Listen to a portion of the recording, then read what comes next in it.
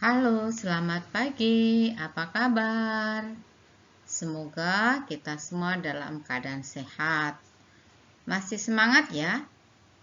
Oke, pada pembelajaran hari ini kita akan belajar tematik 2F, subtema 4 tentang merawat tumbuhan.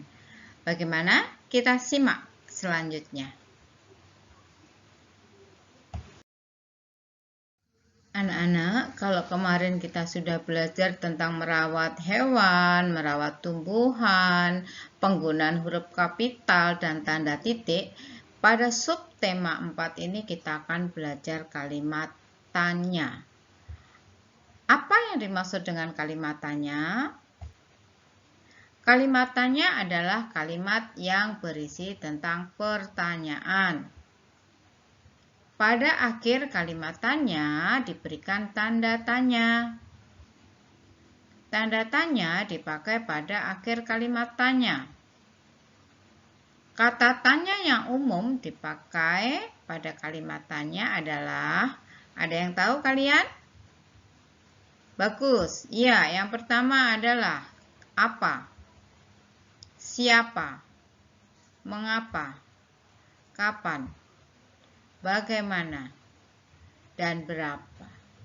Bagaimana penggunaan kata tanya tersebut pada kalimat tanya? Kita lihat selanjutnya. Let's go. Sekarang kita buka yuk tematik 2F halaman 130. Kita akan membuat kalimat tanya. Sudah dibuka semua? Oke, yang pertama kita akan membuat kalimat tanya dengan kata tanya apa. Bude berikan contoh. Apa yang dilakukan pion saat di kebun? Anak-anak, kalian boleh membuat kalimat tanya dengan kata tanya apa selain yang diberikan contoh Bu Dewi. Yang kalian harus perhatikan adalah kalian menggunakan tulisan tegak bersambung, memperhatikan penggunaan huruf kapital. Jelas ya? Sekali lagi, gunakan tulisan tegak bersambung dan perhatikan penggunaan huruf kapital. Yang kedua, kata tanya siapa? Kalimat tanya, siapa nama ayahmu? Kalian boleh membuat kalimat tanya yang lain selain yang diberikan contoh Bu Dewi. Kata tanya siapa digunakan untuk menanyakan nama orang. Lanjut yang ketiga. Kata tanya mengapa. Contoh kalimat tanya. Mengapa tumbuhan harus disiram? Jelas anak-anak? Oke, kalau jelas, let's go. Kita lanjut ke nomor berikutnya. Kita lanjut ke nomor 4. Kata tanya kapan. Contoh kalimat tanya dengan menggunakan kata tanya kapan. Kapan Edo menyiram tanaman? Sekali lagi kalian boleh membuat kalimat tanya yang lain. Kata tanya kapan digunakan untuk menanyakan waktu. Lanjut yang nomor 5. Kata tanya bagaimana. Contoh kalimat tanyanya. Bagaimana cara merawat tanaman? Dan yang keenam, kata tanya berapa. Contoh kalimat tanyanya. Berapa banyak tanaman yang ditanam Bira? Kalau kata tanya berapa, ini biasa digunakan untuk menanyakan jumlah. Jelas ya? Selanjutnya kita akan buka tematik 2F halaman 138. Kalau tadi kita membuat kalimat pertanyaan dengan kata tanya yang sudah disiapkan, sekarang kita belajar membuat pertanyaan tetapi jawabannya sudah tersedia. Sekali lagi, kalimat pertanyaan dari jawaban yang sudah tersedia. Contoh nomor 1. Jawabannya, aku sedang membersihkan rumput liar. Bagaimana pertanyaannya kalau jawabannya aku sedang membersihkan rumput liar? Apa yang sedang kamu lakukan? Jadi kalau ada orang bertanya, apa yang sedang kamu lakukan? Aku sedang membersihkan rumput liar. Begitu ya. Nomor 2. Jawabannya, Wira yang membantu aku bawakan pot. Pertanyaannya seperti apa? Siapa yang membantumu membawakan pot? Jawabannya, Wira yang membantu aku membawakan pot. Begitu ya. Lanjut ke nomor 3. Jika ada jawaban agar tanaman tidak kering kekurangan air, bagaimana pertanyaannya?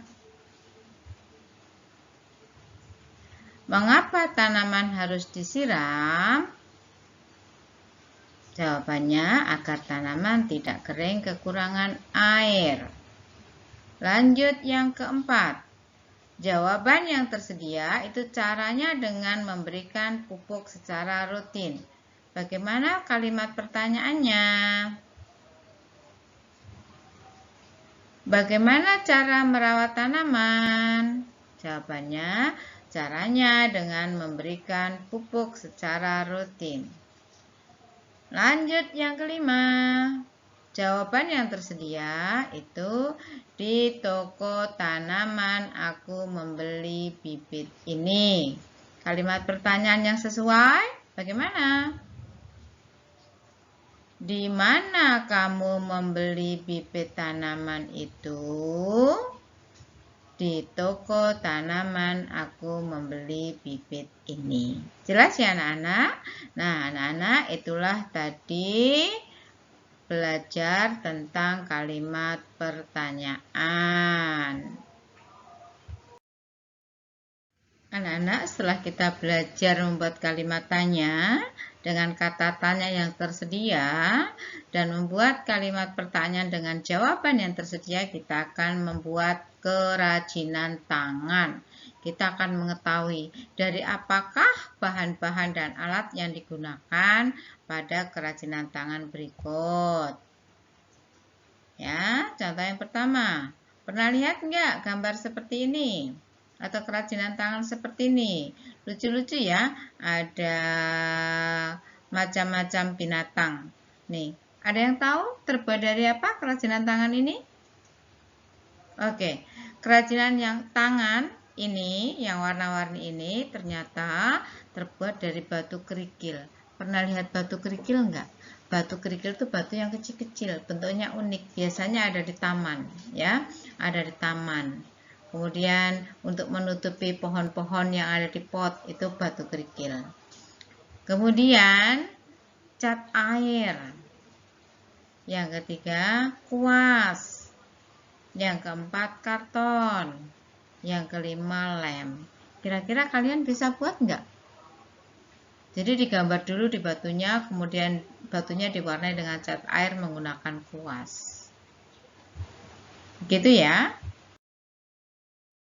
Selanjutnya, terbuat dari apakah kerajinan tangan di bawah ini? Kita lihat yuk. Ada yang tahu ini gambar apa? Iya, ini adalah gambar domba. Terbuat dari apa?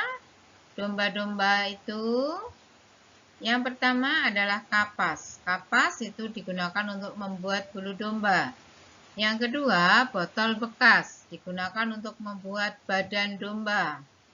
Yang ketiga, itu lem digunakan untuk mengelem kapas supaya menempel pada botol-botol bekasnya. Yang ketiga adalah cotton bud. Cotton bud ini digunakan untuk membuat kaki domba. Sedangkan yang kelima adalah mata, digunakan untuk membuat mata domba. Kerajinan tangan berikutnya, yang ketiga adalah, nah, anak-anak ada yang tahu nggak ini? kotak-kotak, ada yang tinggi, pendek, besar, kecil, gitu ya. Nah, anak-anak, ternyata kerajinan tangan ini terbuat dari kardus susu bekas. Kalian pernah melihat kardus susu bekas kan? Susu cair yang biasa kalian minum? Itu kan ada yang besar, ada yang kecil, begitu ya. Yang kedua, itu adalah gunting. Gunting ini digunakan untuk membuka kardus supaya atasnya terbuka untuk meletakkan tanaman.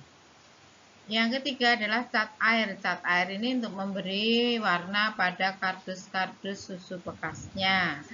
Yang keempat, kuas. Kuas ini adalah alat untuk mengecat pada kardusnya. Cat airnya pakai kuas. Nah, ini kan ada kardus besar, ada kardus kecil. Bagaimana kita membandingkan kardus itu besar atau kecil? Kita akan belajar selanjutnya. Anak-anak, tadi kan ada kardus yang besar, ada kardus yang kecil. Bagaimana kita membandingkan kedua kardus itu? Sebelum kita membandingkan dua buah benda, kita akan mengenal dulu tanda pertidaksamaan. Tanda pertidaksamaan ini digunakan untuk membandingkan dua benda, baik yang besar dan kecil, tinggi dan pendek, sedikit dan banyak. Tandanya seperti apa? Kita lihat. Yang pertama, tanda seperti ini dibaca kurang dari. Yang kedua, nah, ini dibaca lebih dari. Yang ketiga, tandanya kalian yang sudah tahu ini adalah sama dengan. Tanda-tanda ini sekali lagi digunakan untuk membandingkan dua benda, baik yang besar dan kecil, panjang dan pendek, ataupun lebih banyak atau lebih sedikit. Setelah kita mengenal tanda pertidaksamaan, bagaimana tanda pertidaksamaan itu digunakan? Kita akan membandingkan dua berat benda. Manakah yang lebih berat? Bu Dewi punya daging ayam. Berdasarkan berat pada timbangan itu, berat daging ayamnya berapa? 1 kg. Kemudian Bu Dewi juga punya wortel. Berdasarkan timbangan itu, berat wortelnya 3 kg. Mana yang lebih berat? Ayo. Iya, wortelnya lebih berat karena beratnya 3 kg, sedangkan ayamnya 1 kg. Tanda pembandingnya seperti apa? Nah, seperti ini. Jadi, berat daging ayam kurang dari wortel. Contoh berikutnya, manakah yang lebih berat? Di sini Bude punya sapi dan ayam. Berat sapinya 110 kg, sedangkan berat ayamnya 3 kg. Manakah tanda pembanding yang betul untuk kedua benda tersebut atau kedua hewan tersebut? Nah, mulutnya menghadap yang lebih besar ya. Seperti itu. Jadi, berat sapi lebih dari ayam, begitu ya, atau jadi berat sapi lebih berat dari ayam. Jelas ya? Itu adalah penggunaan tanda pembanding. Untuk lebih jelasnya, kita akan mencoba latihan lagi dari tematik. Yuk, kita lanjut. Supaya lebih jelas lagi, kita buka tematik halaman 149 yuk. Sekali lagi kita buka tematik halaman 149. Ayo menalar. Kita baca bersama-sama. Anak-anak juga membaca bersama Bu Dewi. Tanaman anggur dan tomat Ayu telah berbuah. Ibu Ayu akan membagikan anggur dan tomat pada tetangga. Berat anggur dan tomat yang akan diberikan berbeda-beda. Perhatikan berat setiap keranjang berikut ini. Jadi, Ibu Ayu ini akan membagikan tomat seberat 1000 gram kepada tetangga. 1000 gram itu berapa kilo ya? Ada yang tahu? Iya, betul. 1 kilo atau 10 on. Sedangkan berat anggur yang akan dibagikan Ibu Ayu kepada tetangga itu adalah 800 gram. Bagaimana kalau kita bandingkan tomat dan anggur yang akan dibagikan Ibu Ayu? Kita lihat berikutnya. Yuk kita bandingkan. Nah, yang A itu ada 1 keranjang tomat dan 1 ikat anggur. 1 keranjang tomat tadi beratnya 1000 gram. 1 ikat anggur itu 800 gram. Mana yang lebih berat? Iya, lebih berat tomatnya karena tomatnya 1000 gram. Tandanya seperti apa?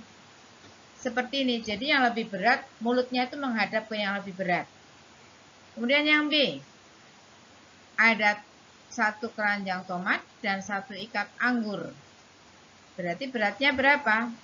1800 gram. Sedangkan 1 keranjang tomat 1000 gram. Mana yang lebih berat? Iya, yang lebih berat adalah 1 ikat anggur dan 1 keranjang tomat. Ingat, mulutnya menghadap yang lebih berat.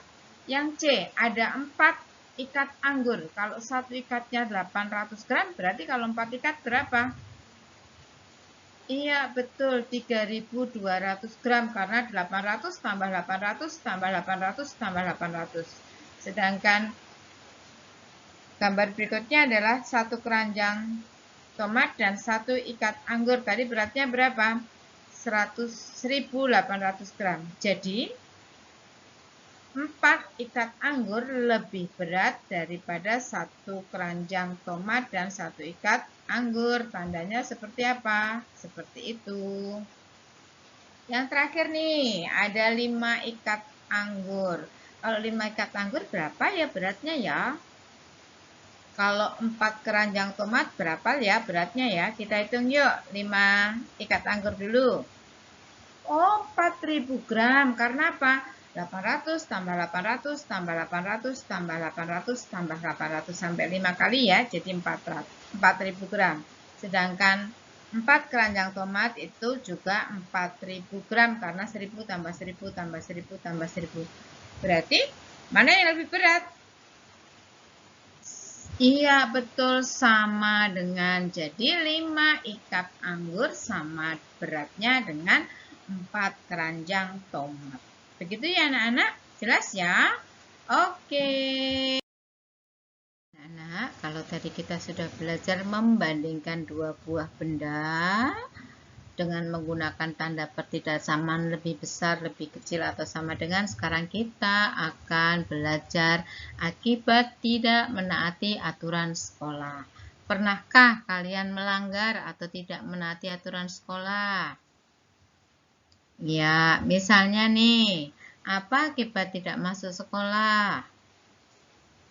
Akibatnya ketinggalan pelajaran, karena kalau kamu tidak masuk sekolah, kamu tidak mengikuti pelajaran sehingga akan ketinggalan. Yang dimaksud tidak masuk sekolah di sini adalah bolos tanpa keterangan, ya. Yang kedua, apa akibat terlambat masuk sekolah? Terlambat mengikuti pelajaran. Mengapa? Kalau kamu terlambat masuk sekolah atau datang ke sekolah, sekolahnya sudah bel, maka di kelas itu sudah mulai pelajaran. Sehingga kamu terlambat mengikuti pelajaran di sekolah, di kelas. Kemudian, biasanya kalau terlambatnya sudah lama, itu kalian tidak diperkenankan masuk kelas. Nanti masuk kelasnya setelah jam pertama selesai, baru kamu masuk kelas. Contoh yang ketiga, apa akibat menghilangkan buku yang dipinjam dari perpustakaan? Jadi kalau kamu menghilangkan buku yang kamu pinjam, apa akibatnya? Biasanya kamu diminta mengganti buku. Yang kedua adalah mendapatkan denda. Nah, itu adalah akibat tidak menaati aturan sekolah. Apakah ada akibat jika tidak menaati aturan di rumah? Kita lihat. Let's go selanjutnya. Nah, apa akibat tidak menaati aturan di rumah? Anak-anak, aturan di rumah itu dibuat oleh orang tua. Apa tujuannya? Supaya anggota keluarga itu tertib dan disiplin. Apa akibat tidak menaati aturan di rumah yang dibuat oleh orang tua? Yang pertama, dimarahi orang tua. Contoh ini, aturan di rumah, orang tua itu mengatakan setiap jam 7 malam kalian harus belajar, tetapi pada saat itu kalian masih nonton TV, maka orang tua kalian akan marah, gitu ya, karena kamu tidak tertib. Yang kedua, biasanya ada sanksi. Sanksinya misalnya, karena kamu sudah melanggar aturan, maka kamu tidak boleh main game selama 1 minggu. Ada juga yang bilang, tidak diberi uang jajan, begitu ya. Ada juga dilarang bermain keluar rumah karena kamu sudah melanggar aturan. Itu adalah contoh akibat tidak menaati aturan di rumah. Jelas ya? Anak-anak, itu tadi pembelajaran yang kita pelajari hari ini. Semoga kalian bisa memahami dan mengerti dan bermanfaat bagi kalian. Sampai ketemu pada pembelajaran selanjutnya. Ingat ya, tetap jaga kesehatan dengan protokol kesehatan 5M. Mencuci tangan, memakai masker, menjaga jarak, mengurangi mobilitas, dan menghindari keramaian karena COVID-19 belum usai. Sampai bertemu lagi. Dadah.